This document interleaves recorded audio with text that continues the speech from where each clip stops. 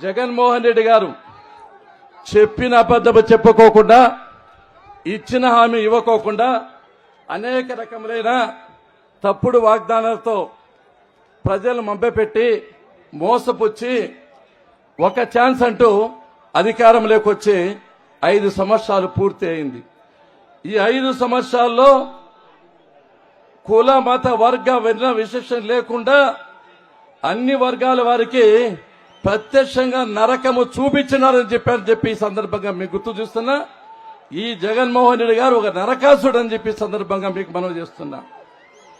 మిమ్మల్ని అందరూ ప్రశ్న అడుగుతున్నా, ఎస్సీలు ఆనందంగా ఉన్నారా? గట్టిగా. ఎస్టీలు ఆనందంగా ఉన్నారా? బీసీలు ఆనందంగా ఉన్నారా? మైనార్టీలు ఆనందంగా ఉన్నారా? విద్యార్థులు ఆనందంగా ఉన్నారా? ఉద్యోగస్తులు ఆనందంగా ఉన్నారా? వ్యాపారస్తులు ఆనందంగా ఉన్నారా? పోనీ పేపర్ ఆనందంగా ఉన్నారా? పోలీసులు ఆనందంగా ఉన్నారా? జగన్ వాళ్ళమ్మ విజయం ఆనందంగా ఉందా? చెల్లెలు శర్మిల అంటే ఏ ఒక్కరూ ఆనందంగా లేరు, అందరూ బాధపడుతున్నారు. అంటే ఈయన పెద్ద శాడిస్టు, ప్రపంచంలో ఉండే శాడిస్టులందరినీ కలిపితే వాళ్ళు చైర్మన్ గా ఈ జగన్మోహన్ రెడ్డి చేయొచ్చు అని చెప్పి సందర్భంగా మీకు గుర్తు చేస్తున్నా. అదేవిధంగా అధికారంలోకి వచ్చిన తర్వాత ఈ రాష్ట్రంలో బీసీల మీద, ఎస్సీల మీద, ఎస్టీల మీద, నాయకుల మీద వేలాది అక్రమ కేసులు పెట్టారు. అరాచకాలతో, అన్యాయాలతో, దౌర్జన్యాలతో, దోపిడీలతో, మానభంగాలతో ఒక రాక్షస పాలన సాగిస్తున్నారని చెప్పే సందర్భంగా మీకు గుర్తు చేస్తున్నా. అంతేకాదు మీ అందరి మీద కేసులు పెట్టారు. మీ అందరికీ తెలుసు, పల్లె రఘునాథ్ రెడ్డి సౌమ్యుడు, నాన్ కరప్టు, అందరితో కలిసిమెలిసి ఉంటానని చెప్పి ప్రత్యేకి. అటువంటి నా మీదే ఒక ఎస్సీ కేసు పెట్టాడు జగన్మోహన్ రెడ్డి, ఒక ఎస్టీ కేసు పెట్టించాడు. అంటే నేను ఎస్సీలకు ఎస్టీలకు దాదాపు 10,000 మందికి ఫ్రీగా సౌ చెప్పిండే వ్యక్తిని. నేనేమైనా ఎస్సీలు తిడతానా? ఎస్టీలు జోలికిపోతానా? నా మీద కేసు పెడుతూ వచ్చాడు. అదేవిధంగా ప్రభుత్వ ఆస్తుల ధ్వంసం కేసు పెట్టించాడు. అంతేకాకుండా అవుటేజ్ మాడిస్టే ఉమెన్ పెట్టాడు. 12 కేసులు నా మీద మోపాడు. ఈ నియోజకవర్గంలో 92 కేసులు పెట్టించాడు. ఈ కేసులన్నింటినీ కూడా నేనే బెయిల్ ఇప్పించి పోలీస్ స్టేషన్ తిరిగి కార్యకర్తను కాపాడానని చెప్పి సందర్భంగా మీకు గుర్తు చేస్తున్నా. ఈ సందర్భంగా మీ అందరినీ ప్రశ్న అడుగుతున్నా, తెలంగాణ రాజధాని ఏది? తెలివైన హైదరాబాద్. కర్ణాటక రాజధాని ఏది?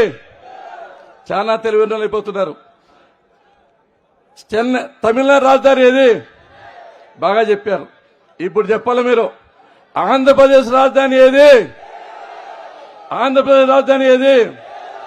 అంటే 29 రాష్ట్రాల్లో రాజధాని లేని ఏకైక రాష్ట్రం ఆంధ్రప్రదేశ్ అని చెప్పి సందర్భంగా మీకు గుర్తు చేస్తున్నా. దీనికి కారణం జగన్మోహన్ రెడ్డి. ఒక్క రాజధానిని కట్టలేని దద్దమ్మ 3 రాజధానులు కడతానంటే ఎవరు నమ్ముతారు? ఒకసారి ఆలోచించేయండి.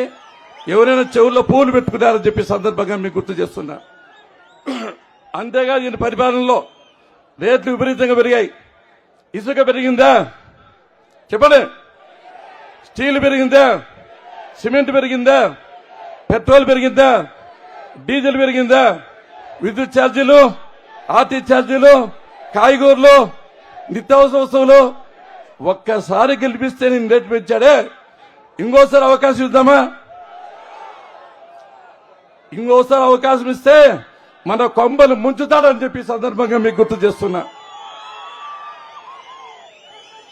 ఇక్కడ విషయం గుర్తుపెట్టుకోవాలి. అభయహస్తం మహిళలది 1700 కోట్లు మాయం చేశాడు. సర్పంచులకు నిధులు ఇచ్చాడు 8,000 కోట్లు. ఈ 8,000 కోట్లు రాత్రి మాయం చేశాడు. ఉద్యోగస్తుల పిఎఫ్ నిధి ఉంది 12,000 కోట్లు. దాన్ని మొత్తం మాయం చేశాడు. ఈయన దొంగనల, గజ దొంగనల, గరాన దొంగనల. ఒక్కసారి మీరే చెప్పాలని సందర్భం గుర్తు చేస్తారు. ఆంధ్రుల అందాల అభిమాన నాయకుడు, ఆంధ్ర ఆత్మాభిమానాన్ని, ఆత్మ గౌరవాన్ని, ఆత్మవిశ్వాసాన్ని యావత్ భారతదేశానికే చాటి చెప్పిన మహోన్నతమైన మానవతావాది మహానాయకులు స్వర్గీయ నందమూరి తారక రామారావు గారి మనవడు. ప్రజా సంక్షేమే పరమావధిగా, అదే వృత్తిగా, అదే ఊపిరిగా, అదే జీవితంగా, అదే సర్వస్వంగా భావించి దినమునకు 18 గంటల పాటు ఈ రాష్ట్ర అభివృద్ధి కోసం ఆనిర్సులు కృషి చేసిన గౌరవనీయులు, పూజ్యనీయులు, దైవ సమానులు శ్రీ నారా చంద్రబాబు నాయుడు గారి తనయుడు, ఆంధ్ర అందాల అభిమాన కథానాయకుడు, ముద్దుల బాలయ్య ముద్దుల అల్లుడు నారా లోకేష్ బాబు గారు పేపర్ కింద పెడితే ఎంతో వినయంగా తీయించారంటే ఆయన వినయానికి, ఆయన సౌజన్యానికి జోహార్ అర్పిస్తున్నా అని చెప్పి సందర్భంగా మీకు గుర్తు చేస్తున్నా. ఒకటే ప్రశ్న, మీ బిడ్డ అంటాడు. ఏమేమో చెప్తారు, మీ బిడ్డ ఇచ్చేసాడు అని చెప్పి. ఈ బిడ్డే చంద్రన్న సంక్రాంతి సరుకులు, చంద్రన రంజాన్ తోఫా, చంద్రన క్రిస్మస్ కానుక రద్దు చేశాడని చెప్పి సందర్భంగా మీకు గుర్తు చేస్తున్నాం. ఇదే బిడ్డ పెళ్లి కానుక రద్దు చేశాడు, చంద్రన బీమా రద్దు చేశాడు, నిరుద్యోగ అభివృద్ధి కేంద్రం చేశాడు, అన్నా క్యాంటీన్లు మూసేశాడు. ఈ బిడ్డ చేసిన సంక్షేమ కార్యక్రమాలు 120 పైసలకు క్లోజ్ చేశానని చెప్పి సందర్భంగా మీకు గుర్తు చేస్తున్నాం. అంతేకాదు తల్లికి చెల్లికి న్యాయం చేయలేనాడు ఈ రాష్ట్రంలో మహిళలకు ఏ విధంగా సాయం చేస్తాడో ఒక్కసారి ఆలోచన చేయనని చెప్పి సందర్భంగా మీకు గుర్తు చేస్తున్నాం. అదే కాదు, మీరందరూ వినాలి, జగన్మోహన్ రెడ్డి గారికి ఒక పెద్ద శాపం ఉంది. ఆయన పూర్వజన్మలో మునులు తపస్సు చేస్తా ఉంటే వాళ్ళ దగ్గర పోయి ఆ యజ్ఞానికి భంగం కలిగించాడు, అల్లరి చేశాడు. ఇప్పుడు మాత్రమే ఆ మునులో శాపం ఇచ్చారు, నువ్వు భూలోకంలో జగన్మోహన్ రెడ్డిగా పుడతావు, పుట్టిన తర్వాత ఒక్క నిజము చెప్పినా నీ తల 1000 ఒక్కలవుతుందని చెప్పి ఆ రోజు ఇచ్చిన శాపం ఈ రోజు అన్ని అబద్దాలు అసత్యాలు చెప్తారు తప్ప ఒక్క మాట కూడా నిజం చెప్పడని చెప్పి ఈ సందర్భంగా గుర్తు చేస్తున్నా. అంతేకాదు మీరు ఒకటి గుర్తుపెట్టుకోవాలి, ఎవరికైనా డ్రైవింగ్ వచ్చేవానికి లైసెన్స్ ఇస్తే, డ్రైవింగ్ వచ్చేవానికి వెహికల్ ఇస్తే సురక్షితంగా గమ్యస్థానం చేరుస్తాడు. డ్రైవింగ్ రానోనికి వెహికల్ ఇస్తే సురక్షితంగా చేర్చలేడు, ప్రమాదాలు వస్తాయి, మరణాలు వస్తాయి. ఏమాత్రం అనుభవం లేని డ్రైవింగ్ రాని జగన్మోహన్ రెడ్డికి పొరపాటున వాహనం ఇచ్చాం, ఈ ఆంధ్రప్రదేశ్ వెహికల్ యాక్సిడెంట్ చేశాడు, సిలోని కంటే 50 ఏళ్ళు వెనకబడే పరిస్థితి తీసుకొచ్చాడని చెప్పి ఈ సందర్భంగా మీకు గుర్తు చేస్తున్నాను. అదే అనుభవం ఉన్న మన ప్రియతమ నాయకులు, దైవ సమానులు చంద్రబాబు నాయుడు గారికి ఇచ్చింటే ఈ వేళకి 5 సంవత్సరాల్లో ఎన్ని లక్షల ఉద్యోగాలు వచ్చేటివి, అమరావతి పూర్తయ్యేది, పోలవరం పూర్తయ్యేది, ఈ రాష్ట్రం సర్వతోముఖాభివృద్ధి చెంది ఉండేదని చెప్పి ఈ సందర్భంగా మీకు గుర్తు చేస్తున్నాను. తర్వాత ఈ నియోజకవర్గంలో 20 సంవత్సరాలుగా నన్ను ఆదరించారు. ఎవరు చనిపోయినా, యాక్సిడెంట్ అయినా, ఇల్లు కాలిపోయినా, హాస్పిటల్లో ఉన్నా దేవుడు రాడు, 108 రాదు, బంధువులు రారు, ఎవరు వస్తారు? ఆ విధంగా రాత్రి మూలు కష్టపడి పనిచేసా, 15,000 చావులు చూసా, ప్రతి ఒక్క ఇంటికి వచ్చి పలకరించిన. నేను చూడని ఇల్లు లేదు, తట్టని తలుపు లేదు, మాట్లాడిన మనిషి లేదని చెప్పి సందర్భం గుర్తు చేస్తున్నా. మీరు చూపించిన ఈ అభిమానాన్ని ఎన్ని జన్మలెత్తినా మర్చిపోలేదని చెప్పి సందర్భం గుర్తు చేస్తూ ఈ సందర్భంగా దైవ సమాన చంద్రబాబు నాయుడు గారికి, మీకు 3 సార్లు ఎమ్మెల్యే, ఓసారి ఎమ్మెల్సీ, విప్పు, చీఫ్ విప్ ఇచ్చి మధ్యప్రదేశ్ ఇచ్చి గౌరవించేందుకు జీవితాంతం మీకు రుణపడి ఉంటానని చెప్పి సందర్భంగా మీకు గుర్తు చేస్తున్నా. అనంతపురం జిల్లాకు 2 ప్రధానమైన వరాలు ఇచ్చాడు. ఒకటి కియా, ఇది ప్రపంచంలోనే అత్యున్నతమైన సంస్థ, 30,000 కోట్ల పెట్టుబడి, వేలాది మందికి ఉద్యోగాలు. దీనికి కారణం చంద్రబాబు నాయుడు గారే అని చెప్పి సందర్భంగా మీకు గుర్తు చేస్తున్నా. అదే సమయంలో హంద్రీ నివా ఎన్టీ రామారావు గారు ప్రారంభిస్తే, శంకుస్థాపన చేస్తే చంద్రబాబు నాయుడు గారు పూర్తి చేశారు. ఈ రోజు నీ చెరువులన్నీ పూర్తిగా నిండుతున్నాయంటే దానికి కారణం చంద్రబాబు నాయుడు గారు అని చెప్పి ఈ సందర్భంగా మీకు గుర్తు చేస్తున్నా. చివరిగా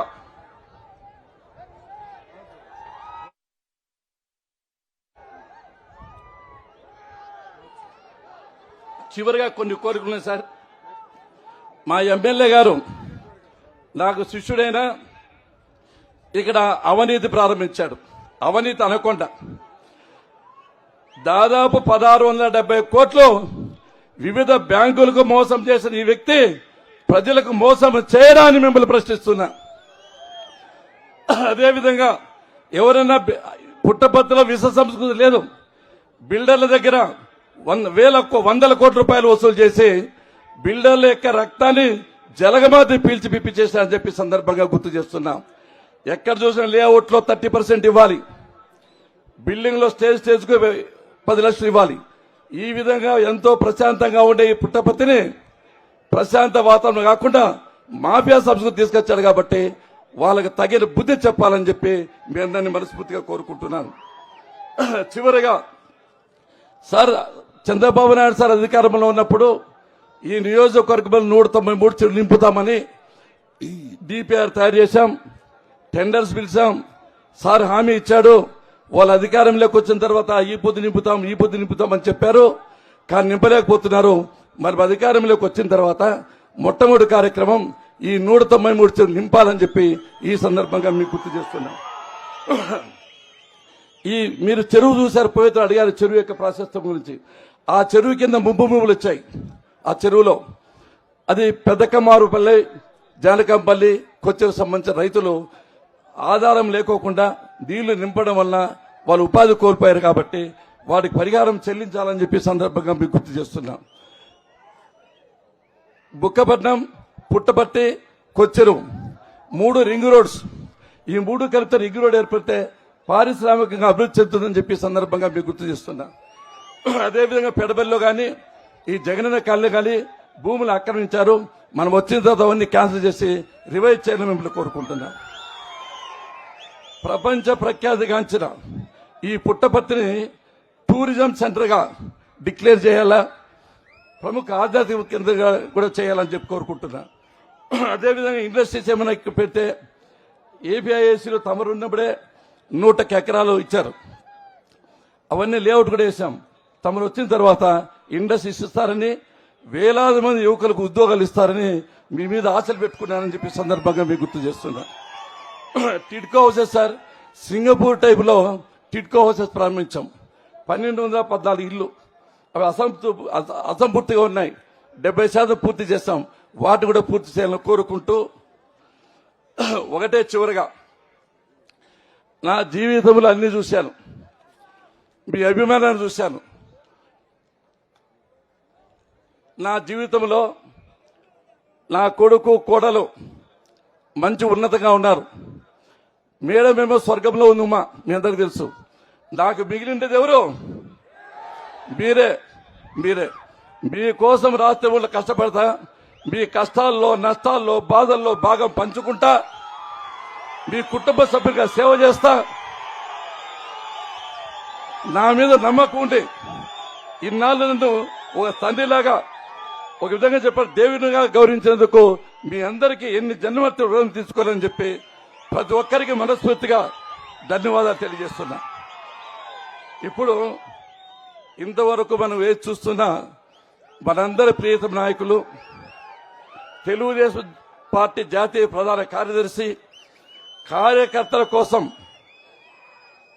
తన తుది రక్తం చిందినంత వరకు పోరాడగలిగే శక్తి సామర్థ్యాలు ఇప్పుడు సంచలనంగా మారి వైఎస్ఆర్సీపీ గుండెల్లో రైళ్లు పరిగెత్తిస్తున్న మన యువ కిరీటం నారా లోకేష్ బాబు గారిని మాట్లాడాల్సి కోరుతున్నాను.